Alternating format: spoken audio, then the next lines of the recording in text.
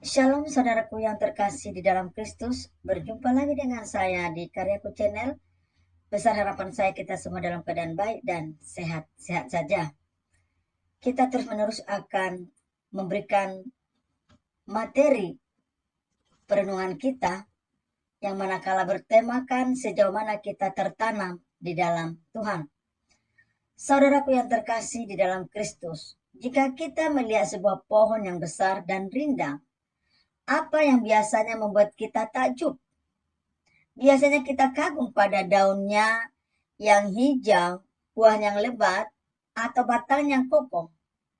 Namun kita seringkali lupa bahwa kekuatan sejati dari pohon tersebut tidak terletak pada apa yang terlihat di atas tanah, melainkan apa yang tersembunyi di dalam tanah, yaitu akar. Kehidupan rohani kita pun demikian. Penampilan luar, pelayanan kita, kehadiran kita di gereja, atau tutur kata kita hanya sebuah akibat. Sebab intinya adalah sejauh mana kita tertanam di dalam Tuhan.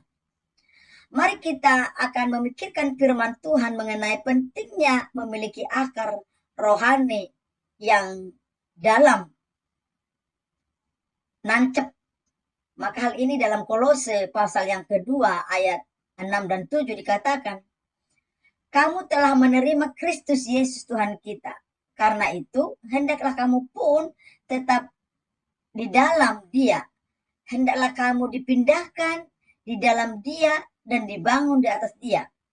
Hendaklah kamu bertambah teguh dalam iman yang telah diajarkan kepadamu, dan hendaklah hatimu melimpah dengan syukur. Jadi ini yang perlu kita pahami, sejauh mana kita tertanam di dalam Tuhan. Ya, maka dengan itu saudaraku, mari kita mempelajari mengapa demikian. Di sini dikatakan mengapa kita harus tertanam di dalam Tuhan. Alasan krusialnya mengapa akar rohani kita tidak boleh dangkal. Alkitab sering menggambarkan dunia ini penuh dengan badai dan musim kekeringan. Maka dengan itu, untuk menghadapi badai kehidupan atau ujian kehidupan, ujian iman, pohon yang akar dangkal akan langsung tumbang saat angin kencang mendatangi kehidupan kita. Ketika mengecewakan, sakit, penyakit, atau masalah ekonomi melanda, hanya mereka yang tertanam di dalam Tuhan yang akan tetap berdiri tegak. Yang kedua, untuk menghadapi musim kekeringan atau kekosongan jiwa, ada kalanya hidup terasa gersang, doa rasanya tidak terjawab, dan berkat terasa jauh. Pohon yang akarnya dalam akan tetap mendapatkan udara karena akarnya mampu menjangkau sumber udara bawah tanah yang tidak terpengaruh oleh cuaca luar. Jadi itulah alasan yang pertama mengapa kita pentingnya harus tertanam mendalam di dalam Kristus atau di dalam Tuhan. Maka dikatakan juga di sini Yeremia pasal 17 ayat 8. Ia akan seperti pohon yang ditanam di tepi aliran air, di tepi air, yang merambat akar-akarnya ke tepi batang air, dan yang tidak mengalami datangnya panas terik, yang daunnya tetap hijau, yang tidak khawatir dalam tahun kering, dan yang tidak berhenti menghasilkan buah. Nah, ini janji Tuhan bagi kita. Maka yang kedua, mengapa kita perlu tertanam di dalam Kristus? Yaitu tanda-tanda seseorang yang bertahan dalam kedangkalan dan tertanam di dalam Kristus. Bagaimana kita bisa menguji diri kita sendiri? Oleh sebab itu, mari kita bandingkan melalui pemahaman ini. Yang pertama, aspek tertanam dangkal, tertanam dalam. Aspek yang pertama itu fokus utama. Kalau tertanam dangkal, mencari berkatnya saja. Apa yang Tuhan dapatkan beri sama kita atau menguntungkan kita. Maka tertanam dalam, yaitu mencari pribadinya, siapa Tuhan itu. Jadi ada perbedaan di sini. Yang kedua aspeknya adalah respon terhadap masalah. Tertanam dangkal, maka mudah kecewa, menyalahkan Tuhan dan mundur dari iman. Sementara tertanam dalam, tetap tenang, berdoa percaya ada rencana Tuhan yang indah bagi kehidupan orang yang tertanam di dalam Kristus. Aspek yang seterusnya adalah kondisi rohani. Sangat dangkal, mood, kalau dia senang gereja ke gereja. Artinya, ya itulah masanya. Suasana hati atau khotbah yang seru. Itu kalau tertanam dangkal. Tapi kalau ditertanam mendalam di dalam Kristus, konsisten dalam doa, dan saat teduh tidak peduli bagaimana keadaan. Itulah kalau tertanam di dalam Tuhan. Aspek selanjutnya, buah kehidupan, tertanam dangkal. Karakter tidak berubah, mudah marah, egois, dan pahit. Sementara tertanam dalam, hasilnya buah roh, kasih, kegembiraan, damai sejahtera. Jadi itulah perbandingan apabila kita tertanam dangkal dan dalam. Yang ketiga di sini, bagaimana cara agar kita tertanam lebih dalam. Berarti ini sebuah tantangan. Tertanam di dalam Tuhan bukanlah proses instan yang terjadi dalam semalam. Bukan proses. Ini adalah keputusan sengaja yang dilakukan setiap hari.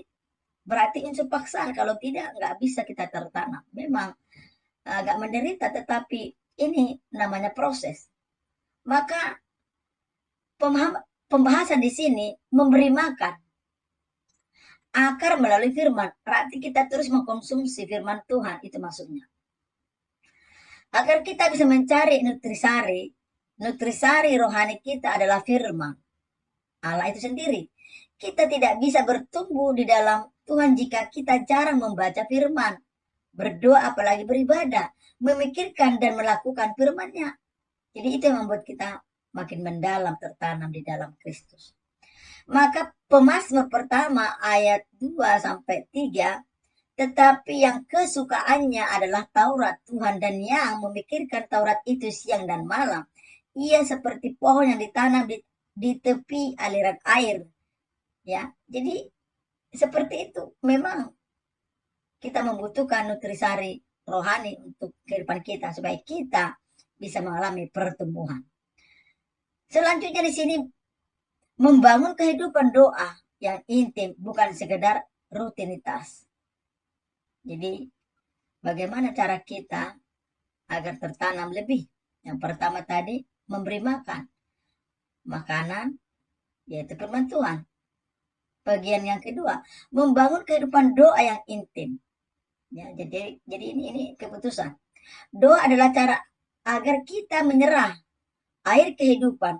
Doa bukan sekedar daftar permintaan kita kepada Tuhan, melainkan momen di mana kita menselaraskan hati kita dengan hatinya.